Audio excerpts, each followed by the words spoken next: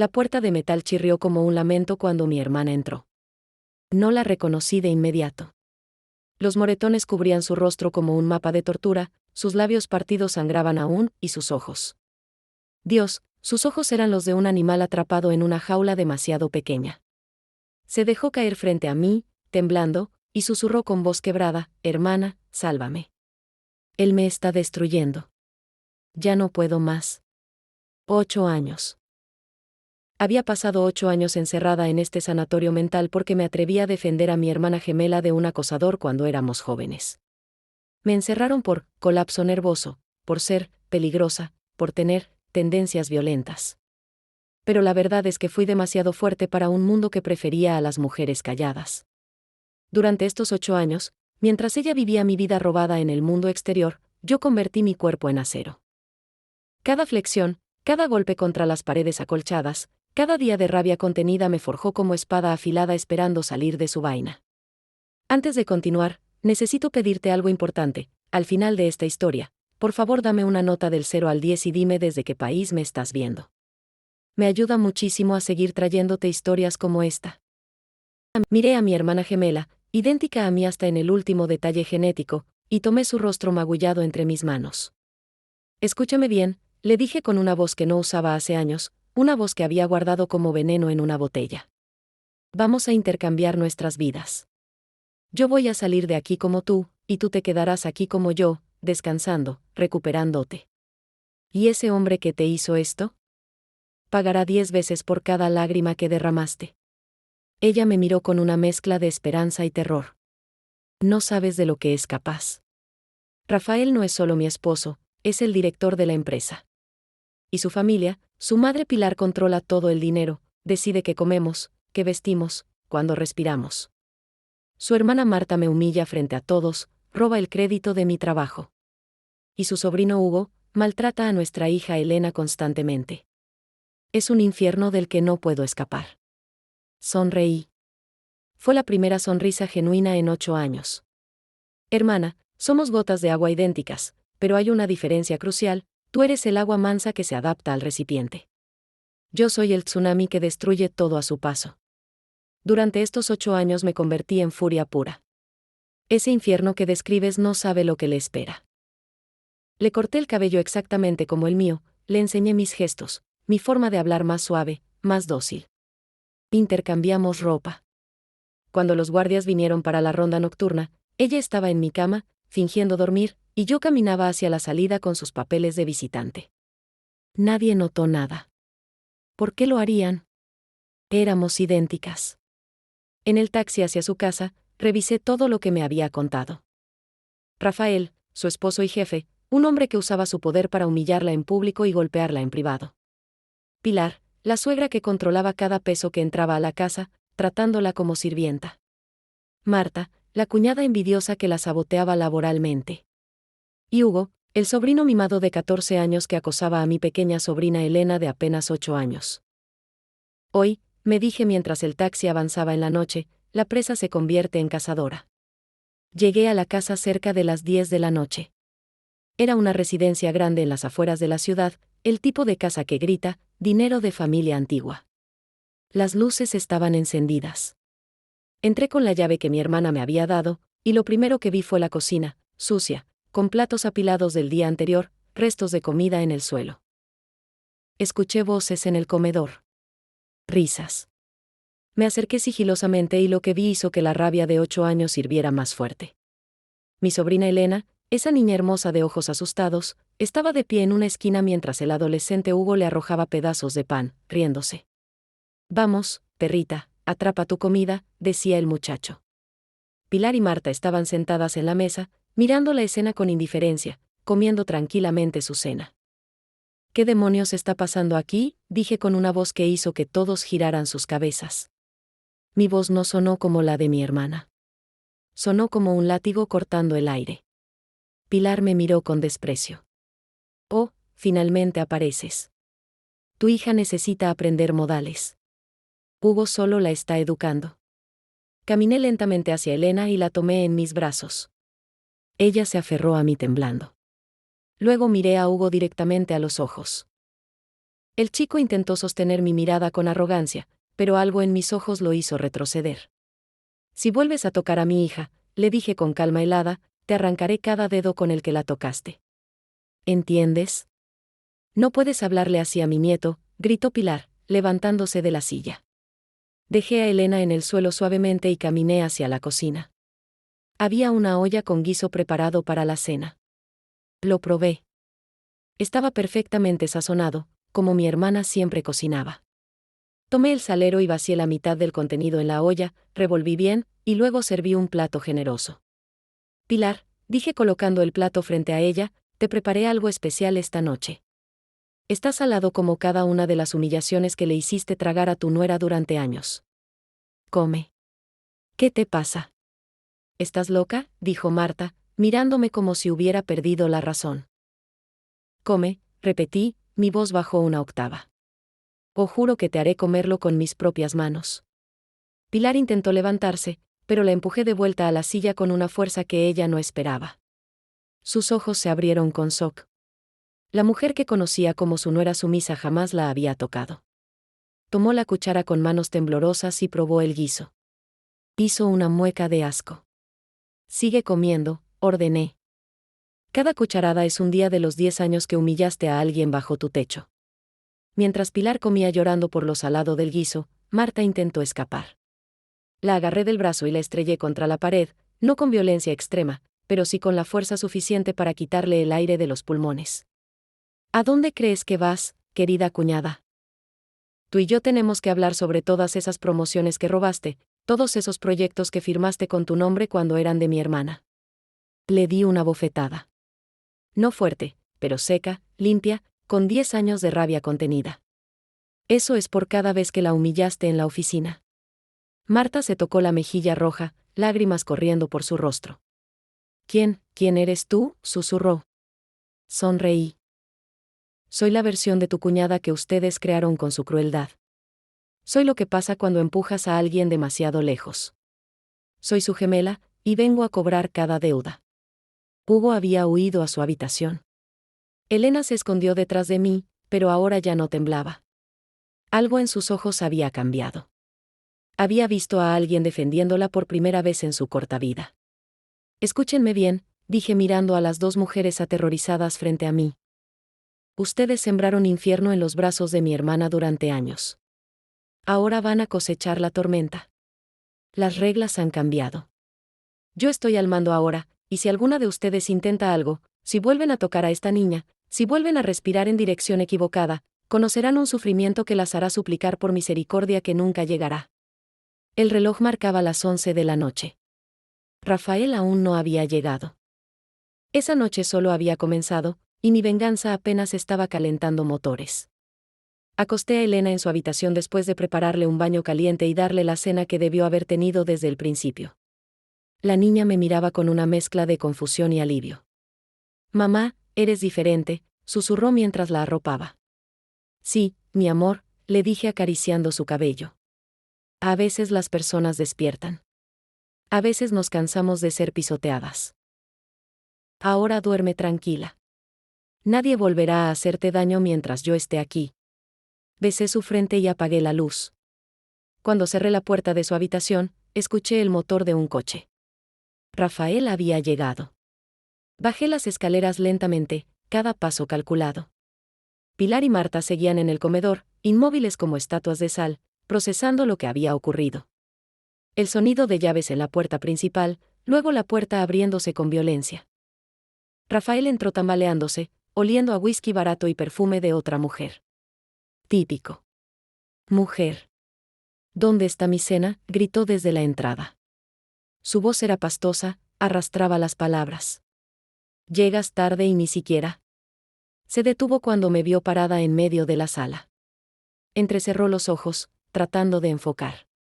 ¿Qué miras? Ven aquí ahora mismo. ¿Te está gustando la historia?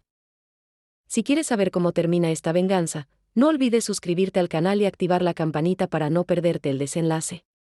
Las cosas se van a poner mucho más intensas. Caminé hacia él con pasos lentos, deliberados. Rafael sonrió con esa sonrisa arrogante que debió usar 1000 veces antes. Así me gusta, obediente. Extendió su mano para agarrarme del brazo, el mismo gesto dominante que probablemente había usado para controlar a mi hermana. Cuando su mano tocó mi brazo, la agarré con una velocidad que no esperaba. Retorcí su muñeca en un ángulo antinatural hasta escuchar un crujido satisfactorio. Rafael gritó y cayó de rodillas. ¿Qué haces? ¿Estás loca?, chilló, su rostro contorsionándose de dolor. Loca, repetí, saboreando la palabra. Sí, estuve 8 años en un sanatorio mental. 8 años donde cada día pensaba en este momento. ¿Sabes que se aprende en un lugar así cuando no estás realmente enferma? Se aprende a controlar el dolor, a entender los límites del cuerpo humano, a saber exactamente dónde presionar para causar el máximo sufrimiento sin dejar marcas permanentes. Lo arrastré del cabello hacia el baño de visitas.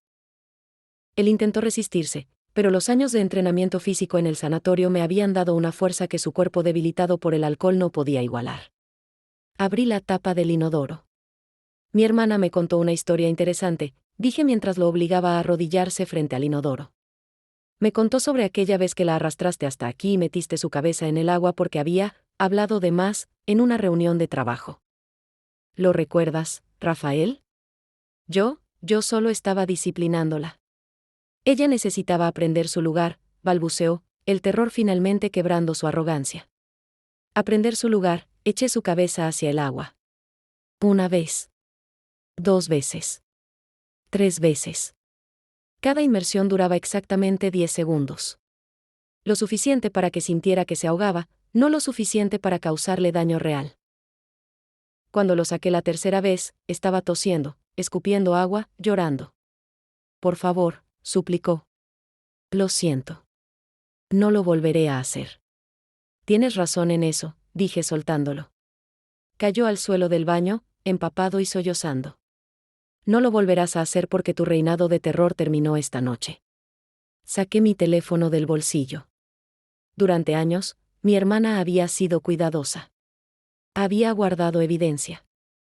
Grabaciones de audio de las palizas, fotografías de los moretones, correos electrónicos de Marta robándose crédito, mensajes de texto de Pilar insultándola. Todo estaba en una carpeta digital que había transferido a mi teléfono antes de salir del sanatorio. Esto, dije mostrándole la pantalla con las carpetas de evidencia, es tu perdición.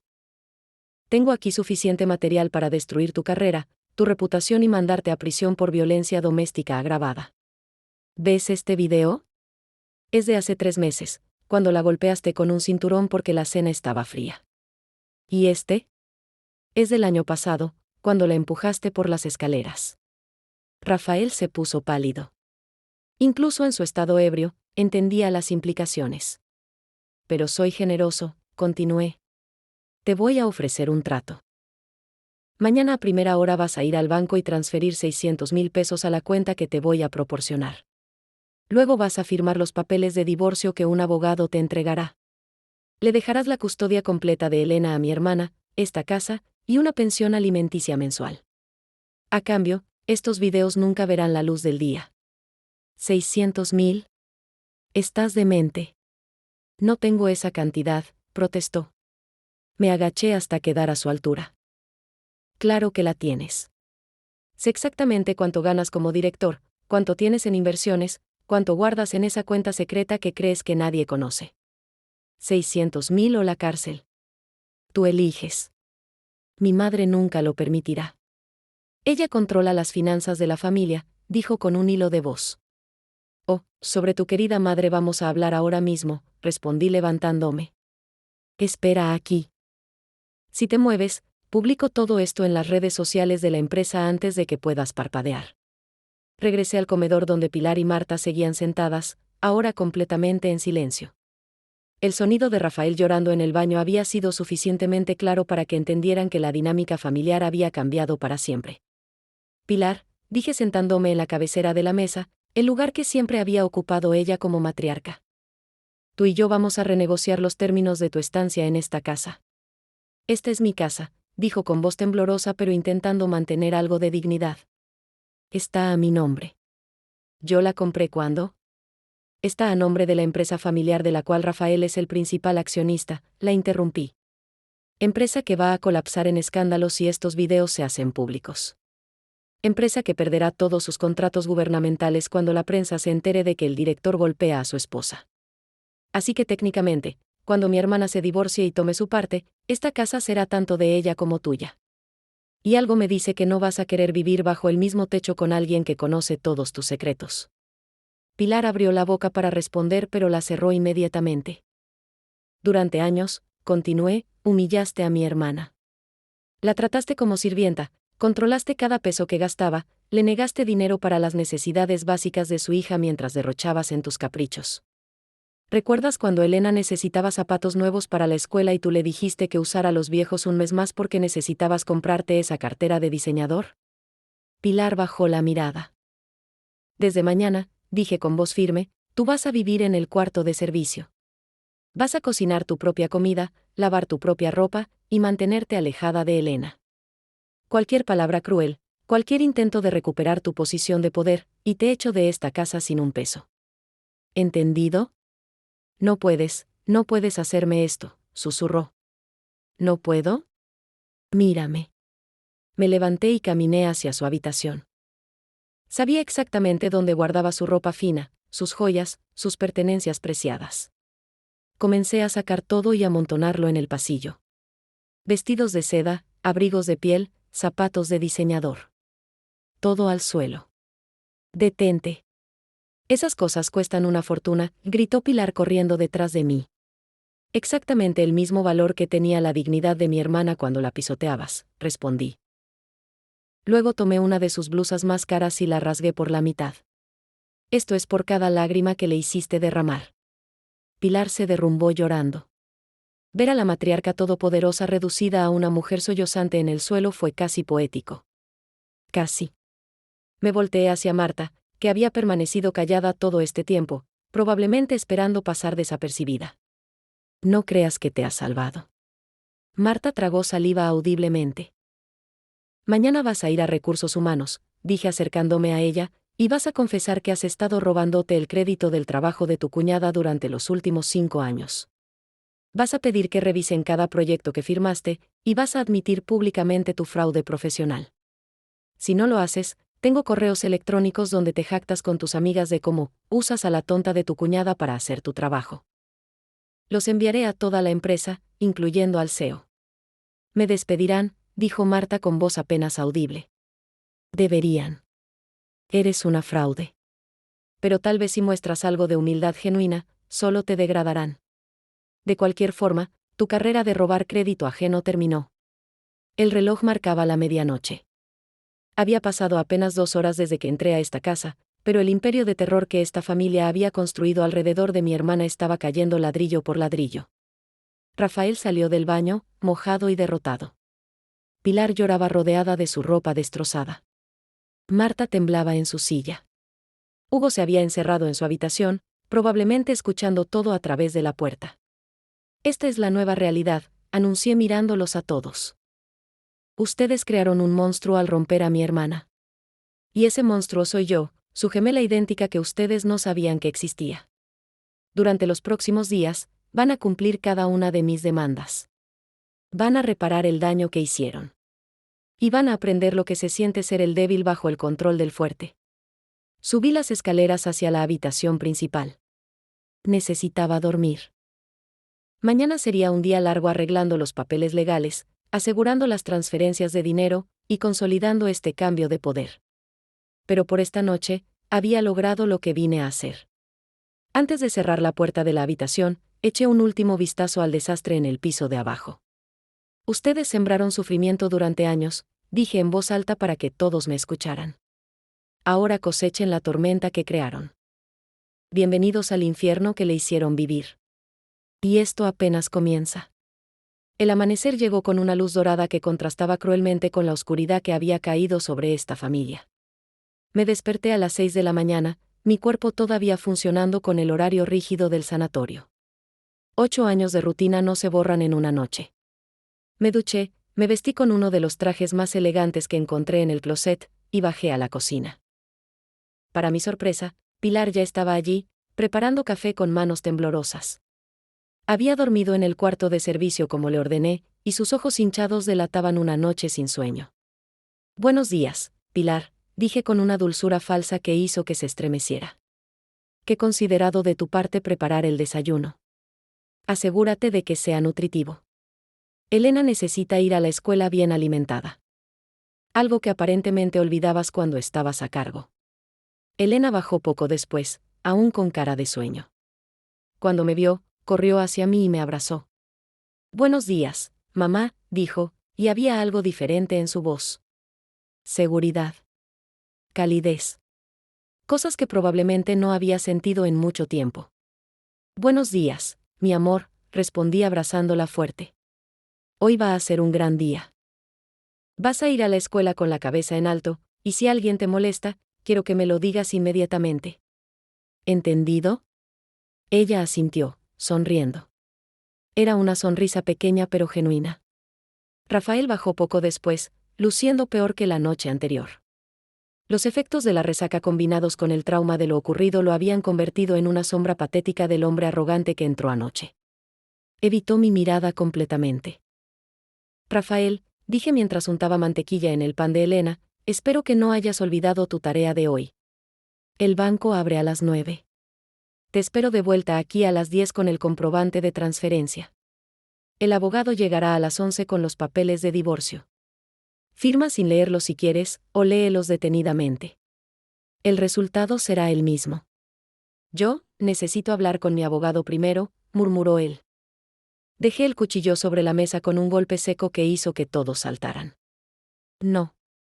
No necesitas hablar con ningún abogado. Necesitas hacer exactamente lo que te dije. ¿O prefieres que publique el video donde arrastras a tu esposa por el cabello frente a tu hija en mis redes sociales? Tengo ya el título listo, director corporativo abusa de su familia. Será viral en horas. Rafael se puso más pálido aún. Está bien. Está bien. Iré al banco. Excelente decisión, dije volviendo a mi tono amable como si nada hubiera pasado. Pilar, el desayuno, por favor. Y Marta, espero que también recuerdes tu tarea de hoy. Recursos humanos a las 10 en punto. Confesión completa. Marta, que había bajado silenciosamente esperando no ser notada, asintió rápidamente. Después de llevar a Elena a la escuela, regresé a la casa y comencé a hacer llamadas. Primera parada, el abogado que mi hermana había contactado secretamente meses atrás pero nunca tuvo el valor de contratar. Le expliqué la situación, omitiendo por supuesto el detalle de que yo era la gemela. Desde su perspectiva, su clienta finalmente había encontrado el coraje para escapar. Tengo toda la evidencia que necesitamos, le dije por teléfono. Videos, fotos, grabaciones de audio. Suficiente para garantizar no solo el divorcio sino posibles cargos criminales si él no coopera. Excelente, respondió el abogado con entusiasmo. Estaré allí a las 11 como acordamos. Prepare los documentos de transferencia de la custodia, el acuerdo de pensión alimenticia y el divorcio exprés por causales de violencia doméstica. Con la evidencia que menciona, podemos tener esto resuelto en semanas en lugar de meses. Segunda llamada, recursos humanos de la empresa donde trabajaban Rafael y Marta. Me hice pasar por una empleada preocupada reportando anónimamente el fraude profesional de Marta. Revisen los proyectos firmados por Marta González en los últimos 5 años, dije. Comparen las fechas de entrega con los registros de entrada y salida de la oficina. Encontrarán que muchos de esos proyectos fueron completados en horarios donde ella no estaba presente, pero su cuñada sí. Tercera llamada, servicios de protección infantil. Reporté el caso de acoso que Hugo había perpetrado contra Elena. Es un adolescente de 14 años acosando sistemáticamente a su prima de 8, expliqué. Hay testigos en la familia. La situación ha sido tolerada e incluso alentada por los adultos a cargo. A las 10 en punto, Rafael llegó con el comprobante de transferencia. 600,000 pesos depositados en la cuenta que le indiqué. Revisé el documento cuidadosamente. Todo estaba en orden. Bien, dije guardando el comprobante. Has dado el primer paso hacia tu redención. O al menos hacia evitar la cárcel. A las 11 llegó el abogado. Un hombre de unos 50 años, traje impecable, maletín de cuero. Rafael lo recibió en la sala con la resignación de un hombre que ya había perdido. Los papeles se extendieron sobre la mesa del comedor. Acuerdo de divorcio. Custodia completa para la madre. Pensión alimenticia de 50,000 pesos mensuales. Renuncia a cualquier reclamo sobre la casa. Todo firmado y sellado en 30 minutos. Un placer hacer negocios con usted, dijo el abogado estrechando mi mano. Es raro ver un caso de divorcio que se resuelva tan civilizadamente. Si supiera la amenaza nuclear que tuve que usar para lograr esta civilidad, pensé. A la 1 de la tarde, recibí una llamada de Marta. Estaba llorando. Me suspendieron, sollozó.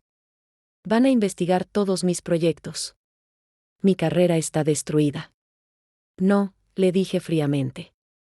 Tu carrera basada en mentiras está destruida. Si tienes alguna habilidad real, demuéstrala honestamente. Y Marta, esto es lo mínimo que mereces después de años de robar el trabajo y la dignidad de mi hermana. Colgué sin esperar respuesta. A media tarde fui a visitar a mi hermana al sanatorio. Había usado documentos falsos para entrar como visitante, la misma táctica que ella usó para salir. La encontré en el jardín, leyendo bajo un árbol. Lucía mejor.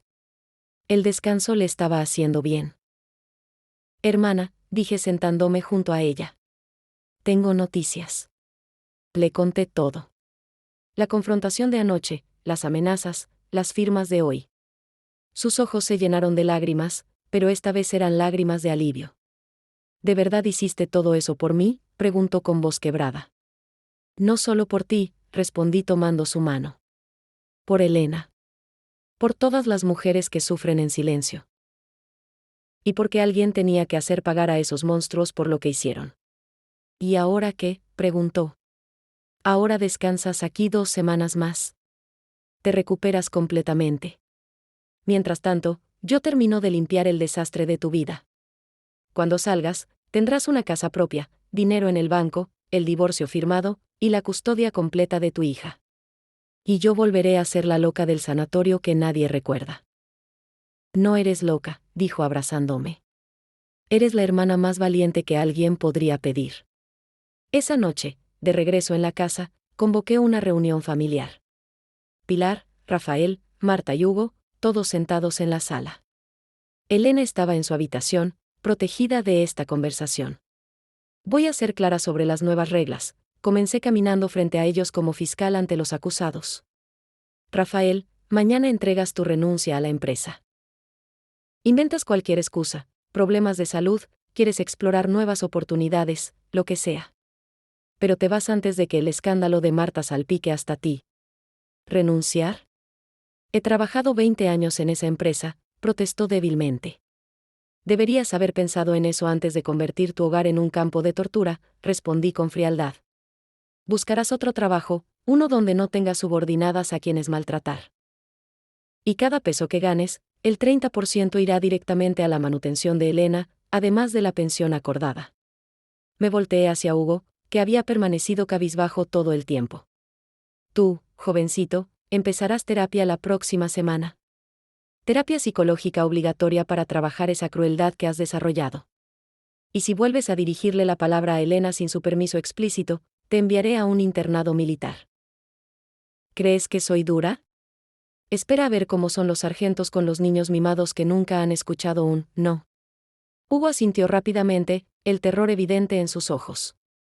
Pilar, continué, tú seguirás en el cuarto de servicio hasta que encuentres tu propio lugar para vivir. Tienes un mes para hacerlo. Después de eso, si sigues aquí, comenzaré a cobrar renta. Una renta muy cara. No tengo dónde ir, murmuró la anciana. Esta ha sido mi casa durante 30 años. Y durante esos 30 años convertiste esta casa en un infierno para quien debías proteger. Las consecuencias tienen un precio. Págalo. Finalmente miré a Marta. Tú ya sabes lo que tienes que hacer. Reconstruye tu carrera honestamente o búscate otro campo. Pero mantente lejos de mi hermana. Si descubro que intentas sabotearla nuevamente de cualquier forma, haré que esos correos electrónicos lleguen no solo a tu empresa, sino a toda tu industria. Serás intocable profesionalmente. El silencio que siguió fue absoluto. 4 personas rotas, 4 tiranos caídos, procesando la magnitud de cómo sus víctimas finalmente les habían dado vuelta a la tortilla. Ahora, dije dirigiéndome hacia las escaleras, voy a leerle un cuento a mi sobrina antes de dormir. Algo que probablemente ninguno de ustedes hizo jamás. Cuando termine, espero que esta sala esté vacía y cada uno esté en su lugar asignado. Buenas noches. Subí las escaleras sin mirar atrás. Había ganado la batalla, pero la guerra aún no terminaba. Quedaban 2 semanas antes de que mi hermana saliera del sanatorio. 2 semanas para asegurarme de que cada tornillo de esta nueva realidad estuviera bien apretado, de que no hubiera forma de que ellos recuperaran el poder. Esa noche, después de leerle a Elena un cuento sobre princesas valientes que rescataban a sus propios reinos, me quedé mirando el techo de la habitación. En el sanatorio, este había sido mi ejercicio nocturno, imaginar este momento. La justicia. La venganza. La liberación. Pero ahora que estaba aquí, me di cuenta de algo. La venganza era dulce, sí, pero lo más dulce era ver la esperanza volviendo a los ojos de Elena. Ver cómo una niña que había vivido en constante miedo ahora se dormía tranquila, sabiendo que alguien la protegía. Eso valía más que 1000 venganzas. Los siguientes días transcurrieron en una coreografía cuidadosamente orquestada de humillación y justicia. Rafael entregó su renuncia tal como lo ordené, citando, necesidad de dedicar más tiempo a asuntos familiares, con una ironía que solo yo apreciaba completamente. La empresa aceptó sin preguntas, probablemente aliviados de deshacerse de él antes de que el escándalo de Marta los alcanzara. Marta, por su parte, fue formalmente suspendida mientras se llevaba a cabo la investigación. El Departamento de Recursos Humanos descubrió exactamente lo que les dije que encontrarían, un patrón sistemático de fraude intelectual que se extendía por años. 3 proyectos importantes que ella había firmado como suyos habían sido completados enteramente por mi hermana en horarios donde Marta estaba documentadamente fuera de la oficina. La evidencia era irrefutable. Pero el 5.º día, las cosas comenzaron a complicarse. Recibí una llamada de un número desconocido. Dudé antes de contestar, pero algo me dijo que debía hacerlo. Hola, dije con cautela. Señora, habló una voz masculina que no reconocí. Mi nombre es Andrés Villalobos, y soy el abogado de la familia González. Me ha contratado la señora Pilar para revisar ciertas irregularidades en los recientes cambios en su situación familiar. Se me heló la sangre. Por supuesto. No podía esperar que se rindieran tan fácilmente. Las familias poderosas siempre tienen abogados en el bolsillo trasero. ¿Irregularidades?, pregunté manteniendo mi voz neutral. No sé de qué habla. Mi esposo y yo hemos llegado a un acuerdo de divorcio completamente amigable y legal. Sí, sobre eso, continuó el abogado con un tono que destilaba escepticismo profesional. Resulta que el acuerdo fue firmado bajo lo que mi clienta describe como coacción y amenazas. Además, hay ciertas preguntas sobre su comportamiento reciente. Varios miembros de la familia notan cambios drásticos en su personalidad. Cambios que han sido violentos y erráticos. Ahí estaba. El contraataque. Intentarían declararme mentalmente inestable, invalidar el divorcio, quizás hasta quitarme la custodia de Elena. Su clienta, dije eligiendo mis palabras cuidadosamente, está molesta porque perdió su posición de control abusivo sobre su nuera. Los cambios en mi comportamiento son el resultado de años de terapia para sobrevivientes de violencia doméstica. Finalmente encontré mi voz. Si eso les parece errático, tal vez deberían preguntarse por qué les resulta tan amenazante una mujer que ya no acepta ser maltratada. Entiendo su posición, respondió el abogado suavemente. Sin embargo, mi clienta está preparada para iniciar un proceso legal para cuestionar su capacidad mental, especialmente considerando que tiene evidencia de que usted fue institucionalizada previamente por problemas psiquiátricos. Mi corazón se detuvo. ¿Cómo demonios habían descubierto lo del sanatorio? Yo era la gemela, no mi hermana. A menos que... ¿Institucionalizada? ¿De qué está hablando?, dije haciéndome la desentendida, mientras mi mente trabajaba a toda velocidad. No juguemos, señora. Tenemos registros de que usted estuvo en el Sanatorio Mental San Rafael durante los últimos 8 años. Salió hace exactamente una semana. Una salida que, debo añadir, no fue oficialmente procesada. Simplemente, desapareció de los registros el mismo día que otra paciente fue ingresada. Maldición. Alguien había investigado. Alguien en esa familia tenía más recursos de los que anticipé. No sé qué información errónea le han dado, respondí manteniendo la calma exterior mientras el pánico crecía en mi interior, pero nunca he estado en ningún sanatorio mental. Quizás deberían verificar sus fuentes antes de hacer acusaciones tan serias. Oh, verificamos muy bien, dijo el abogado con un tono que indicaba que tenía más cartas bajo la manga. De hecho, tenemos fotografías de la paciente que salió ese día. Fotografías donde se ve idéntica a usted. Sorprendentemente idéntica. Tanto que uno podría pensar que son gemelas. Se acabó. Lo habían descubierto. Y si lo habían descubierto, todo mi plan se vendría abajo. El divorcio podría ser invalidado por fraude. La custodia de Elena estaría en riesgo. Peor aún, mi hermana podría enfrentar cargos por conspiración. Nos vemos en 2 días, continuó el abogado. Le enviaré la citación formal. Mi consejo, contrate un buen abogado. Va a necesitarlo. La línea se cortó. Me quedé mirando el teléfono, mi mente corriendo a 1000 kilómetros por hora. Necesitaba pensar. Necesitaba un plan. Pero por primera vez desde que salí del sanatorio, sentí algo parecido al miedo real. Esa tarde, después de dejar a Elena en casa de una amiga de la escuela para una pijamada, manejé de vuelta al sanatorio. Necesitaba hablar con mi hermana. Necesitábamos coordinar nuestra historia antes de que todo explotara. La encontré en el mismo jardín, pero esta vez no estaba leyendo. Estaba mirando el horizonte con expresión preocupada. Cuando me vio llegar, se levantó rápidamente. Hermana, dijo tomando mis manos, tenemos un problema. Lo sé, respondí. El abogado de Pilar llamó. ¿Saben sobre el intercambio? Es peor que eso, dijo ella, su voz temblando. Rafael vino a visitarme hoy. ¿Qué? ¿Cómo supo que estabas aquí? Contrató un investigador privado. Aparentemente Pilar sospechó desde la primera noche. La forma en que hablabas, te movías, todo era demasiado diferente. Comenzó a investigar y descubrió que yo tenía una hermana gemela. De ahí fue fácil atar cabos. Me dejé caer en el banco del jardín. ¿Y qué dijo Rafael cuando vino? Amenazó con denunciarme por fraude. Dijo que anularía el divorcio, que pelearía por la custodia completa de Elena, que usaría tu historial psiquiátrico para demostrar que somos una familia de mujeres mentalmente inestables. Y hermana, tenía esa mirada. Esa mirada que ponía antes de golpearme. Está furioso. Más furioso de lo que jamás lo había visto. No puede hacer nada de eso, dije tratando de sonar más segura de lo que me sentía. Tenemos evidencia de sus abusos. Los videos, las grabaciones que obtuviste mediante amenazas y extorsión, interrumpió mi hermana. Su abogado dice que esa evidencia será inadmisible en corte. Que probablemente nosotras terminemos enfrentando cargos criminales por extorsión, suplantación de identidad y fraude. Nos quedamos en silencio. El sol comenzaba a ponerse, tiñendo el cielo de naranja y púrpura.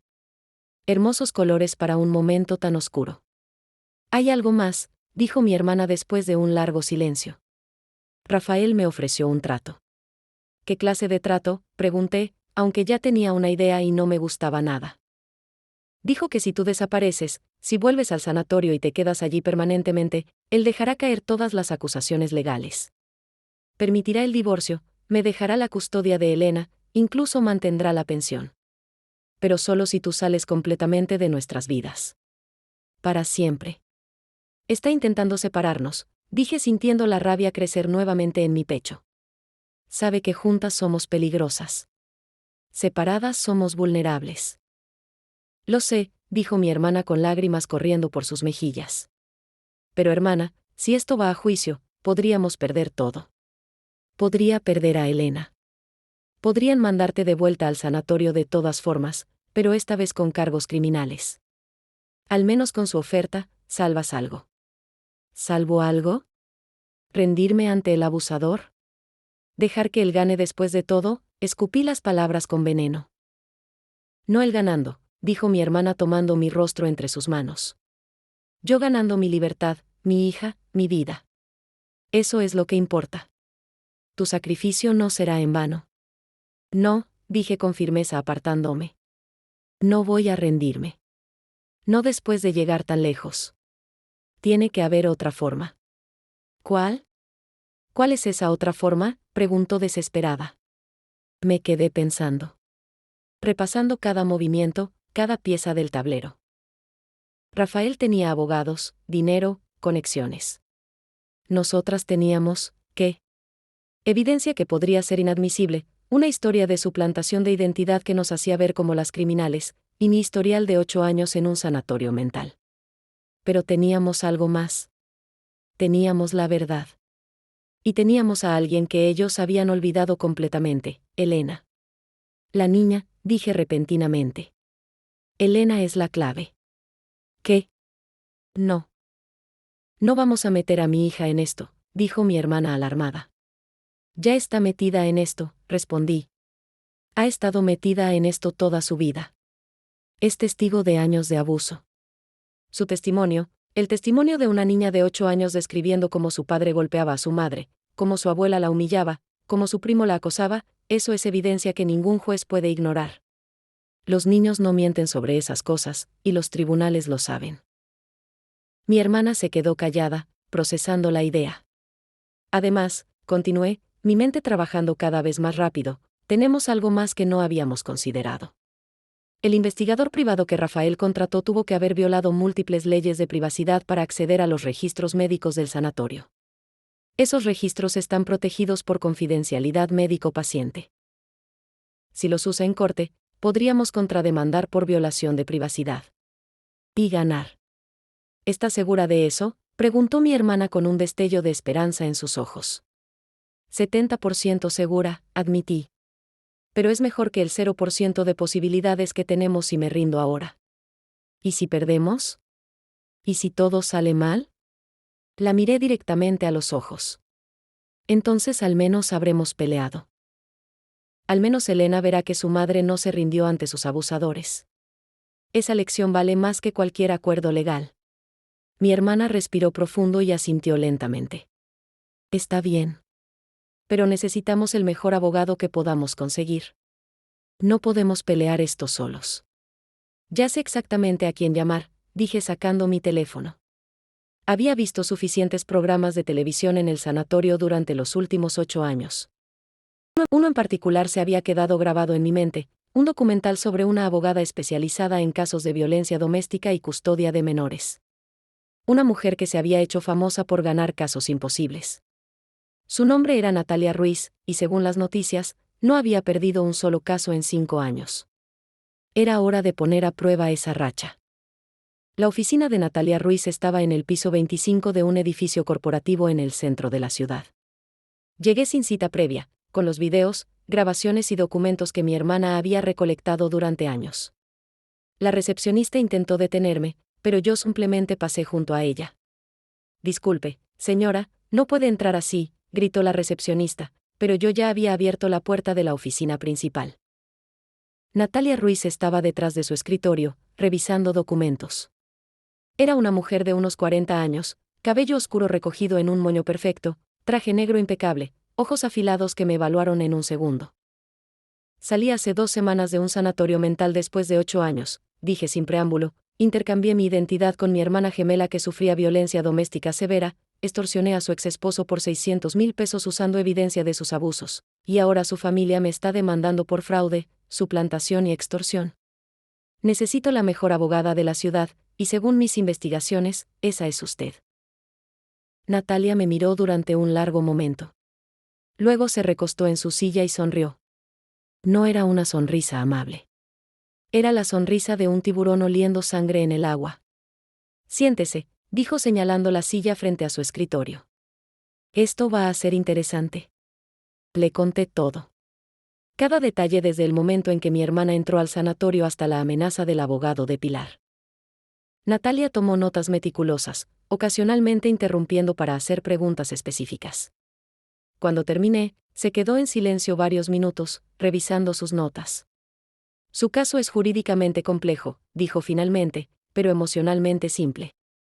Tiene todos los elementos de una historia que los jueces y el público aman: víctima abusada, hermana protectora, niña inocente en peligro. La parte complicada es la suplantación de identidad, pero tengo un ángulo. ¿Cuál?, pregunté inclinándome hacia adelante. Defensa de necesidad. Argumentaremos que la suplantación fue el único recurso disponible para salvar la vida de su hermana y su sobrina de un abusador peligroso. La evidencia de abuso es abrumadora. Los videos, las grabaciones, los registros médicos de su hermana, todo eso establece un patrón claro. Además, atacaremos la forma en que obtuvieron su historial médico. Eso fue completamente ilegal. ¿Y las acusaciones de extorsión?, pregunté. Negociación bajo presión, no extorsión. Su hermana tenía derecho legal al divorcio y a la manutención. Simplemente aceleró el proceso usando la evidencia disponible. Lo que ellos llaman amenazas, nosotros lo llamaremos advertencia de consecuencias legales legítimas. Es una línea delgada, pero es una línea que podemos defender. ¿Cuánto va a costar esto?, pregunté, aunque ya sabía que serían los 600,000 pesos y probablemente más. 400,000 por adelantado, dijo Natalia sin pestañear. Otros 200 si ganamos.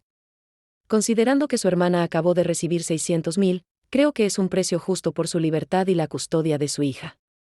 Tenía razón. Lo era. Hay una condición más, añadió Natalia mirándome fijamente. Necesito que su hermana salga del sanatorio inmediatamente y que usted regrese. Oficialmente. Con todo documentado. Vamos a enfrentar esto de frente, no escondernos. Admitiremos el intercambio, pero bajo nuestros términos y nuestra narrativa. ¿No nos perjudicará eso? Al contrario. Muestra que no estamos escondiendo nada. Que hicimos lo que teníamos que hacer para sobrevivir, pero ahora enfrentamos las consecuencias con honestidad. Los jueces respetan eso. Y el Tribunal de Opinión Pública también. Asentí lentamente. Está bien. Hagámoslo a su manera. Los siguientes 3 días fueron un torbellino. Mi hermana fue oficialmente dada de alta del sanatorio con certificado médico completo de recuperación. Yo volví al sanatorio, pero esta vez como paciente voluntaria en proceso de reintegración social después de largo internamiento. Natalia manejó toda la documentación para que todo fuera completamente legal y transparente. Mientras tanto, ella presentó una contrademanda monumental contra Rafael, Pilar y su abogado. Las acusaciones incluían violencia doméstica crónica, abuso infantil por negligencia y acoso permitido, violación de confidencialidad médica, intimidación de testigos, y conspiración para cometer fraude, por intentar usar evidencia obtenida ilegalmente. Si has llegado hasta aquí, significa que esta historia te está atrapando. No olvides darle like y compartir este video con alguien que necesite escuchar una historia de justicia y superación. Los mejores momentos aún están por venir. La estrategia de Natalia era brillante. En lugar de defendernos de sus acusaciones, ella los puso a ellos en la posición de defenderse. El cambio de narrativa fue devastador. La audiencia se programó para 2 semanas después. El juez asignado era una mujer de unos 60 años con reputación de ser dura pero justa, especialmente en casos de violencia doméstica. Natalia consideró eso una victoria antes de empezar. El día del juicio llegó gris y lluvioso. Entramos al tribunal, mi hermana y yo lado a lado por primera vez en público. El parecido era inquietante, y todos en la sala lo notaron. Rafael, Pilar, Marta y su abogado Andrés Villalobos estaban del otro lado de la sala, luciendo considerablemente menos seguros que hace 2 semanas. El juicio comenzó con la jueza revisando los documentos. Luego miró directamente a Natalia. Letrada Ruiz, entiendo que tiene una declaración preliminar poco convencional. Así es, su señoría, dijo Natalia levantándose. Mi clienta desea admitir inmediatamente los hechos básicos de la suplantación de identidad. No vamos a negar que ocurrió. Lo que vamos a demostrar es por qué ocurrió y por qué fue la única opción disponible para salvar vidas. Murmullo en la sala. Andrés Villalobos se levantó. Su señoría, esto es una admisión de culpabilidad. El caso está cerrado. Siéntese, letrado Villalobos, dijo la jueza con voz firme. Quiero escuchar esto.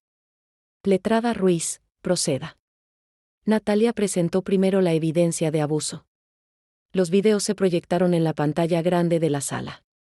Rafael arrastrando a mi hermana por el cabello. Rafael golpeándola con un cinturón. Rafael empujándola contra una pared mientras Elena lloraba en segundo plano. Las grabaciones de audio donde Pilar insultaba a mi hermana, donde Marta se burlaba de ella en la oficina. Para cuando terminó la presentación de evidencia, varias personas en la sala estaban llorando. La jueza tenía el rostro pétreo, pero sus ojos mostraban furia contenida. Su señoría, continuó Natalia, esta mujer soportó 10 años de abuso sistemático. Reportó a la policía 3 veces. Todas las veces las investigaciones fueron archivadas por falta de evidencia suficiente. Buscó ayuda en servicios sociales. Le dijeron que intentara solucionar las cosas en casa. Fue a terapia matrimonial. El terapeuta la culpó por provocar a su esposo. El sistema falló en protegerla repetidamente. ¿Y su solución fue cometer fraude?, interrumpió Andrés Villalobos. Su solución, respondió Natalia volteándose hacia él con ojos de acero, fue buscar ayuda en la única persona que podía darla, su hermana gemela. Una hermana que había sido institucionalizada injustamente 8 años antes precisamente por intentar defenderla de un acosador. Una hermana que había pasado esos 8 años convirtiéndose en lo suficientemente fuerte como para finalmente detener el ciclo de abuso. Eso no justifica quebrantar la ley, insistió Andrés. ¿No lo hace? Permítame preguntarle algo, letrado Villalobos, dijo Natalia caminando hacia él. Si su hermana estuviera siendo golpeada hasta el punto de hospitalización, si su sobrina estuviera siendo acosada por un adolescente mientras los adultos miraban sin hacer nada, si el sistema legal le hubiera fallado una y otra vez, ¿qué haría usted? ¿Se quedaría de brazos cruzados citando estatutos legales mientras su familia moría lentamente? ¿O haría lo que fuera necesario para salvarlos? Andrés no respondió. Eso pensé, dijo Natalia volteándose hacia la jueza. Su señoría, invoco el principio de defensa de necesidad. Mis clientas enfrentaban un peligro claro e inmediato. El sistema no las protegió. Tomaron la única acción disponible que podía salvar vidas sin recurrir a la violencia. Sí, técnicamente violaron leyes de suplantación de identidad. Pero esas leyes no fueron diseñadas para criminalizar a víctimas de abuso que buscan desesperadamente escapar de sus abusadores. La jueza tomó notas. Luego dijo, quiero escuchar a la niña. Quiero que Elena testifique. Mi hermana se puso pálida. Habíamos discutido esta posibilidad, pero esperábamos evitarla. Su señoría, dijo Natalia, la niña tiene solo 8 años. Someterla a este interrogatorio podría ser traumático. Entiendo su preocupación, letrada. Pero esta niña está en el centro de este caso. Su bienestar es lo que determinará mi decisión sobre la custodia. Necesito escucharla directamente. Haré el interrogatorio yo misma en mis cámaras privadas, solo con un asistente social presente. Sin los abogados, sin las partes. Así se hizo. Elena fue llevada a las cámaras de la jueza. Media hora después, cuando salió, tenía los ojos rojos pero la cabeza en alto. La jueza salió detrás de ella con una expresión que hizo que Rafael se encogiera visiblemente en su asiento. Vamos a un receso de 2 horas, anunció la jueza. Cuando regresemos, daré mi veredicto. Esas 2 horas fueron las más largas de mi vida. Mi hermana y yo nos sentamos en una cafetería cerca del tribunal, tomando café que ninguna de las dos podía realmente probar. Natalia había salido a hacer llamadas, dejándonos solas con nuestros pensamientos. ¿Hicimos lo correcto?, preguntó mi hermana de repente. Sí, respondí sin dudar. Hicimos lo único que podíamos hacer. Y si perdemos, al menos peleamos. Eso es más de lo que muchas víctimas pueden decir. Cuando regresamos al tribunal, la sala estaba llena. La noticia del caso se había filtrado, y periodistas llenaban las bancas de observadores. La jueza entró y todos se pusieron de pie. He revisado toda la evidencia presentada, comenzó la jueza con voz firme y clara. He escuchado el testimonio de la menor. Y he llegado a las siguientes conclusiones. El silencio en la sala era absoluto. Primero, respecto a las acusaciones de violencia doméstica contra el señor Rafael Morales, encuentro evidencia abrumadora y convincente de un patrón de abuso físico, emocional y psicológico que se extendió por más de 10 años. El señor Morales representa un peligro claro para su exesposa y su hija. Se le prohíbe todo contacto con ambas excepto supervisión judicial para visitas, y solo si completa un programa de rehabilitación de agresores que durará mínimo 2 años. Rafael se hundió en su silla. Segundo, respecto a las acusaciones contra la señora Pilar González de permitir y contribuir al ambiente abusivo, encuentro que la señora González fue cómplice en el maltrato al ejercer control financiero y emocional excesivo, y al permitir que su nieto acosara a la menor sin intervención. Se le ordena mantener una distancia mínima de 100 metros de la niña y su madre. Pilar comenzó a llorar silenciosamente. Tercero, respecto a las acusaciones de fraude profesional contra la señora Marta González, esas acusaciones serán manejadas por el tribunal laboral correspondiente. No son de mi jurisdicción aquí. Cuarto, y más importante, continuó la jueza mirando directamente a mi hermana y a mí, respecto a las acusaciones de suplantación de identidad y extorsión, encuentro que las acciones tomadas por las hermanas, aunque técnicamente en violación de ciertas leyes, fueron ejecutadas bajo el principio de necesidad extrema. El sistema falló en proteger a esta familia. Las autoridades fallaron en responder a múltiples reportes. En ausencia de protección legal adecuada, estas mujeres tomaron las únicas acciones disponibles para preservar vidas. Respiré por primera vez en lo que parecían horas. Por lo tanto, dijo la jueza, desestimo todas las acusaciones criminales contra ambas hermanas. Sin embargo, les ordeno completar 50 horas de servicio comunitario trabajando con víctimas de violencia doméstica. Que su experiencia sirva para ayudar a otros. Respecto a la custodia, se otorga custodia completa y exclusiva de la menor Elena a su madre, con prohibición absoluta de contacto paterno no supervisado hasta completar el programa de rehabilitación mencionado anteriormente, y solo si un psicólogo infantil determina que es seguro y beneficioso para la niña. Finalmente, la jueza levantó un documento, respecto a la evidencia médica obtenida ilegalmente por el investigador privado contratado por la defensa, encuentro violaciones claras de leyes de privacidad médica. Se ordena al señor Andrés Villalobos y a su cliente pagar una multa de 200,000 pesos por violación de confidencialidad médico-paciente, monto que será otorgado a las demandantes como compensación. El mazo golpeó. Caso cerrado. La sala explotó. Periodistas corrieron hacia las puertas. Rafael intentó levantarse, pero 2 agentes de seguridad se le acercaron para escoltarlo fuera. Pilar salió llorando apoyada en Marta. Andrés Villalobos recogió sus papeles en silencio, derrotado. Mi hermana me abrazó llorando. Elena corrió hacia nosotras y nos abrazó a ambas. Natalia sonreía con satisfacción profesional. Lo logramos, susurró mi hermana entre lágrimas. Realmente lo logramos. Sí, respondí abrazándola más fuerte. Lo logramos. Pero más que ganar el caso, habíamos logrado algo más importante. Habíamos demostrado que las víctimas pueden convertirse en sobrevivientes, y que las sobrevivientes pueden convertirse en guerreras. Habíamos roto el ciclo de abuso que probablemente había existido en esa familia por generaciones. Esa noche, después de celebrar discretamente en casa, nos sentamos las 3 en el sofá. Elena se acurrucó entre nosotras, finalmente segura. Tía, dijo Elena mirándome con esos ojos grandes e inteligentes, ¿volverás al sanatorio? Solo por unos meses más, le dije acariciando su cabello. Para completar mi tratamiento oficial de reintegración. Pero vendré a visitarlas cada semana. Y cuando salga definitivamente, nunca más estaremos separadas. ¿Y papá? ¿Volverá? Mi hermana la abrazó. No, mi amor. No de la forma en que era antes. Y cuando crezcas y estés lista, si algún día quieres conocerlo de nuevo, será bajo tus términos. Pero por ahora, estamos seguras. Finalmente estamos seguras. Elena asintió y se acurrucó más cerca. En minutos estaba dormida. Hermana, dijo mi gemela mirándome sobre la cabeza de su hija, nunca podré agradecerte lo suficiente por lo que hiciste.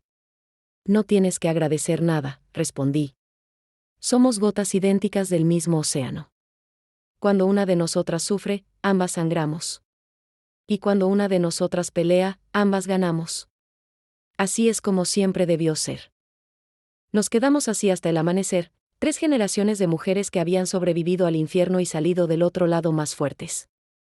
Elena soñaba pacíficamente, probablemente por primera vez en años. Mi hermana finalmente respiraba sin miedo.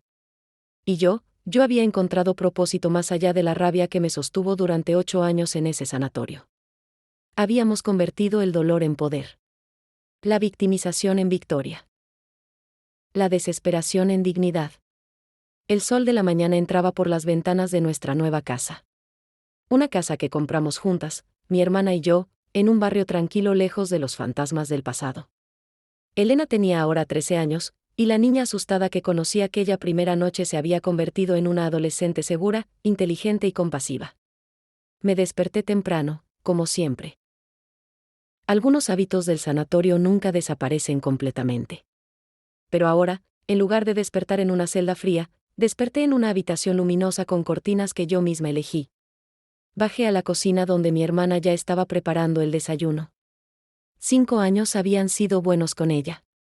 Las líneas de tensión que marcaban su rostro se habían suavizado. Sonreía más. Reía más. Vivía más. Buenos días, dijo sirviendo café. ¿Lista para tu gran día? Sonreí. Hoy era mi primer día oficial como investigadora privada independiente. Después de completar mi reintegración en el sanatorio, Natalia Ruiz me había ofrecido entrenarme. Pasé 3 años aprendiendo el oficio, vigilancia, investigación legal, recolección de evidencia, entrevistas con víctimas.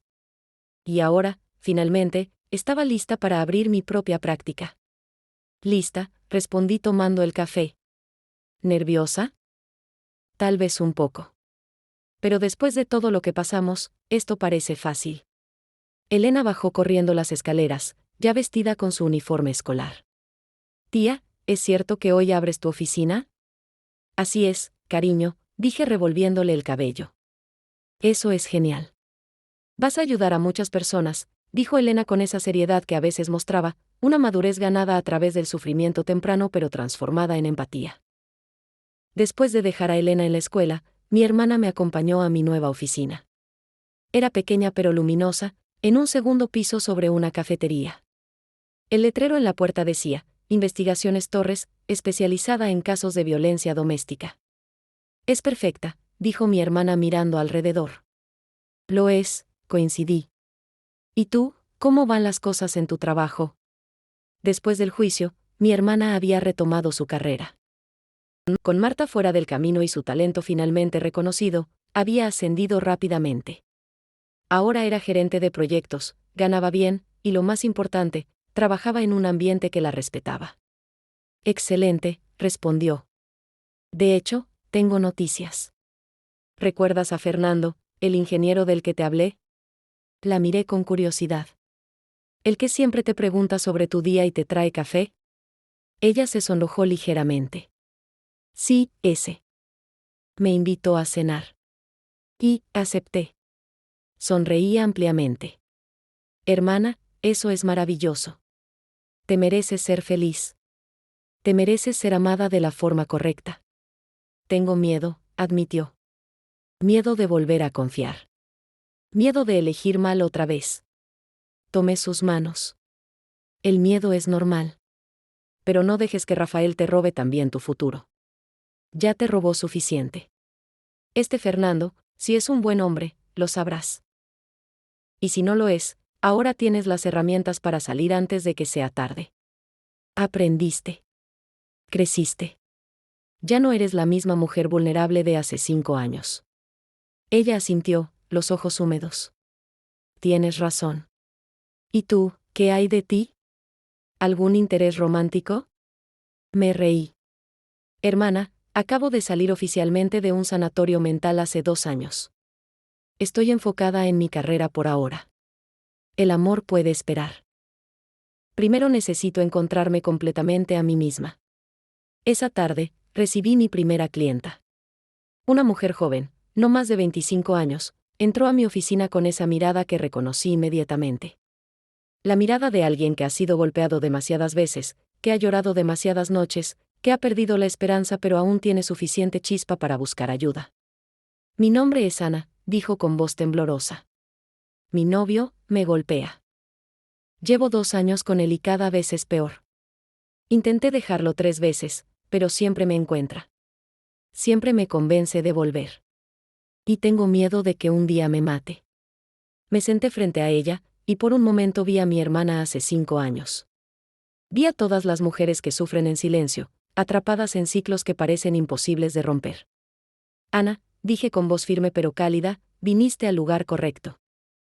Y sé exactamente cómo te sientes porque mi hermana vivió exactamente lo que estás viviendo. Pero quiero que sepas algo, esto termina ahora. Hoy. Juntas vamos a diseñar un plan para sacarte de esa situación de forma segura. Vamos a documentar todo, vamos a asegurar tu seguridad, y vamos a asegurarnos de que ese hombre nunca más pueda tocarte. Los ojos de Ana se llenaron de lágrimas. ¿De verdad crees que es posible? No solo lo creo. Lo sé. Una mujer joven en una situación similar a la tuya. Y hermana, por primera vez en mi vida, sentí que todo lo que pasamos tuvo un propósito. Cada día en ese sanatorio, cada momento de rabia y frustración, cada lágrima, todo fue para prepararnos para este momento. Para poder ayudar a otras. Elena levantó la vista de su tarea. Mamá dice que ustedes son heroínas. Porque lo viví. Y ahora es mi trabajo asegurarme de que otras mujeres como tú encuentren su camino hacia la libertad. Esa noche, después de ayudar a Ana a elaborar un plan de escape seguro, volví a casa exhausta pero satisfecha.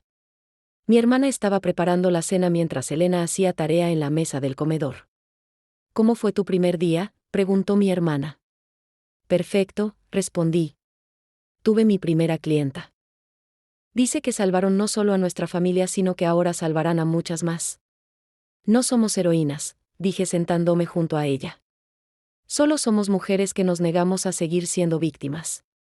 Y esa es una lección que quiero que lleves contigo siempre, Elena. Nunca, nunca permitas que nadie te haga sentir menos de lo que eres. Y si algún día alguien intenta lastimarte, tienes una familia que peleará por ti con todo lo que tenemos. Elena asintió seriamente. Lo sé, tía. Y cuando sea grande, quiero ser como ustedes. Quiero ayudar a las personas también. Mi hermana y yo intercambiamos una mirada. En los ojos de esa niña veíamos esperanza. Veíamos el futuro. Veíamos que el ciclo realmente se había roto. Los meses siguientes fueron ocupados. Mi práctica creció más rápido de lo que anticipé. Aparentemente, había muchas mujeres necesitando exactamente el tipo de ayuda que yo ofrecía: investigación discreta, documentación de abuso, planes de escape seguros, coordinación con abogados y refugios. Natalia me refería a casos regularmente. Trabajábamos bien juntas, ella manejaba la parte legal, yo manejaba la investigación y la seguridad práctica. Juntas habíamos ayudado a más de 30 mujeres en 6 meses. Un día, recibí una llamada inesperada. Era Marta. Hola, dijo su voz vacilante al otro lado de la línea.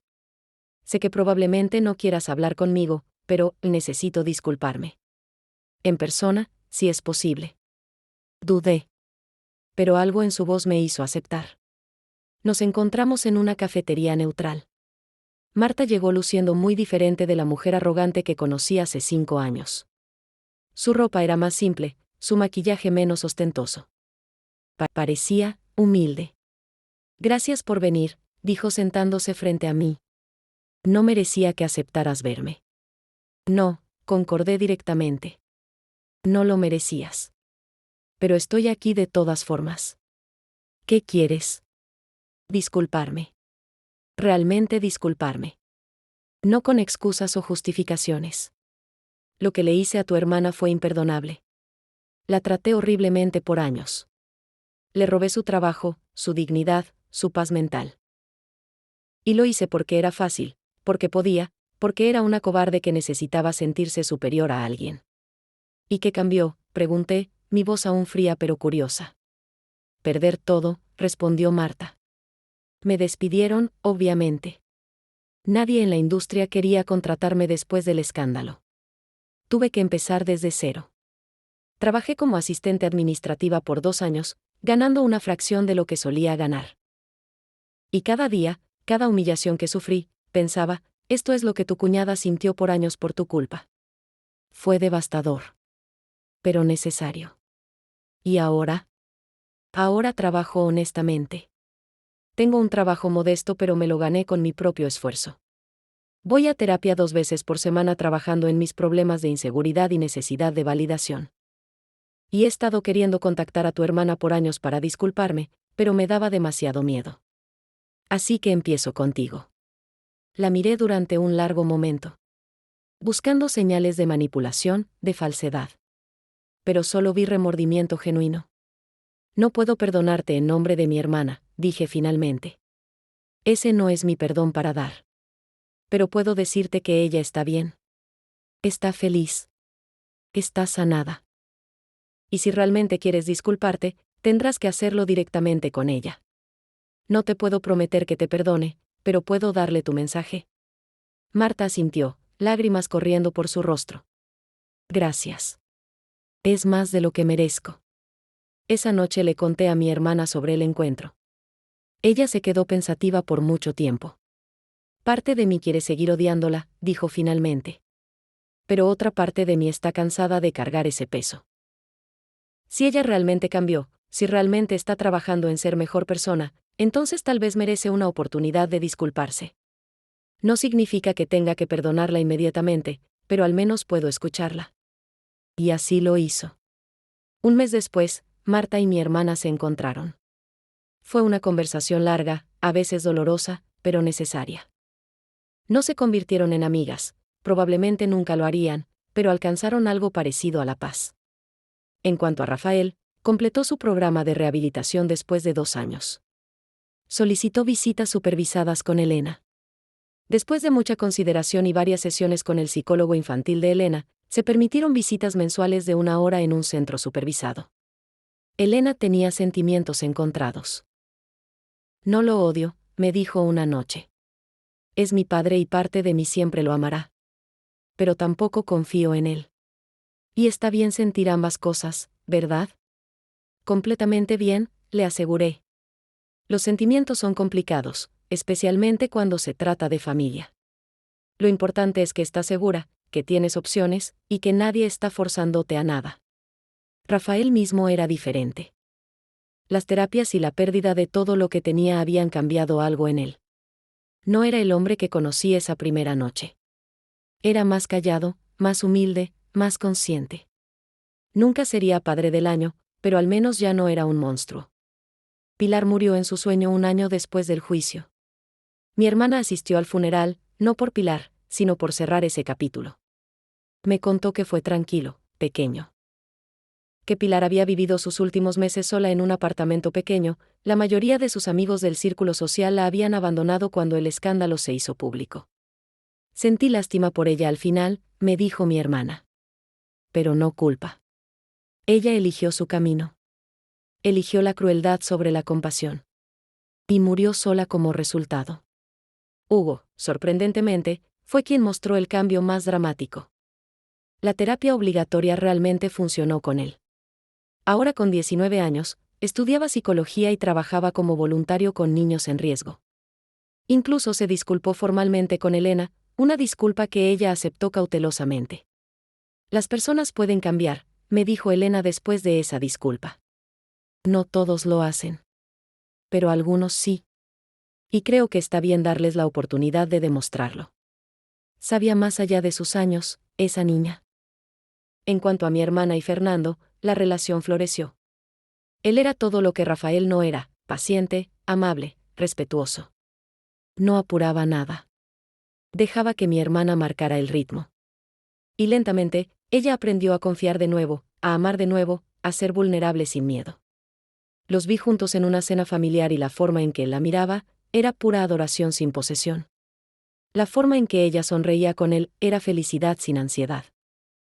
Era hermoso ver a mi hermana finalmente experimentar cómo debía ser el amor. Y yo, bueno, eventualmente conocí a alguien también. Un detective retirado de la policía que había empezado su propia agencia de seguridad. Nos conocimos en un caso que estábamos trabajando desde ángulos diferentes. Había algo refrescante en estar con alguien que entendía mi pasado sin juzgarlo, que veía mi fuerza como un activo en lugar de una amenaza. Pero esa es otra historia para otro día.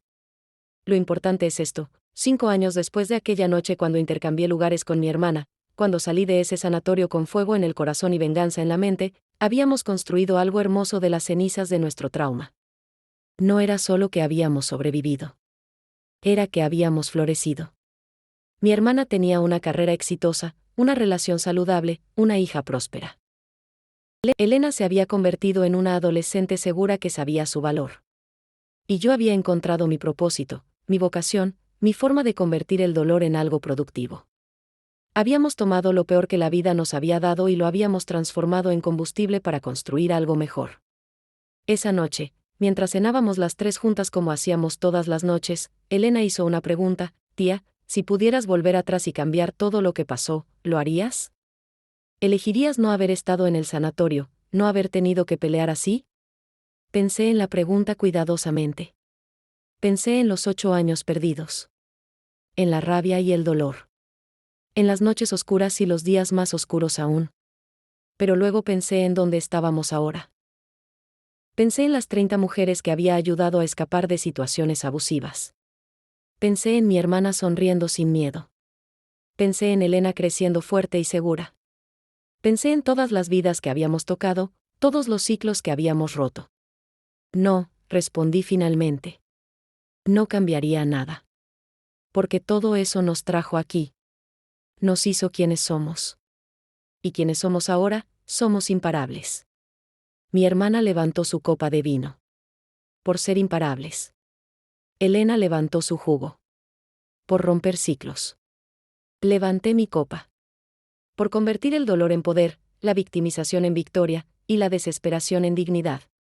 Por todas las que vinieron antes que nosotras y no tuvieron la oportunidad de pelear. Y por todas las que vendrán después, que ahora saben que la pelea vale la pena. Brindamos, 3 generaciones de mujeres que habían mirado al abismo y habían elegido no pestañear. La presa se había convertido en cazadora. La cazadora se había convertido en protectora.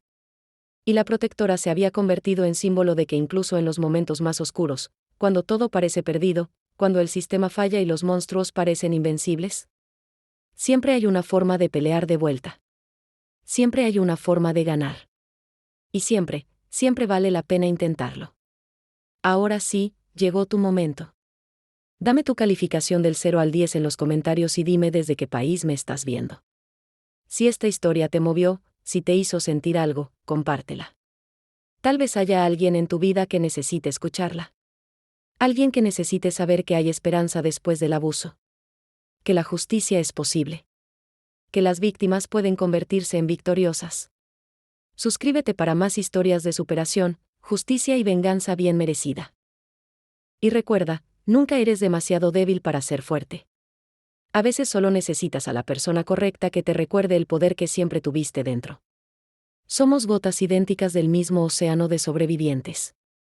Y cuando nos unimos, nos convertimos en un tsunami imparable de cambio.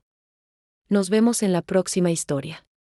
Hasta entonces, mantente fuerte, mantente seguro, y nunca dejes que nadie apague tu fuego.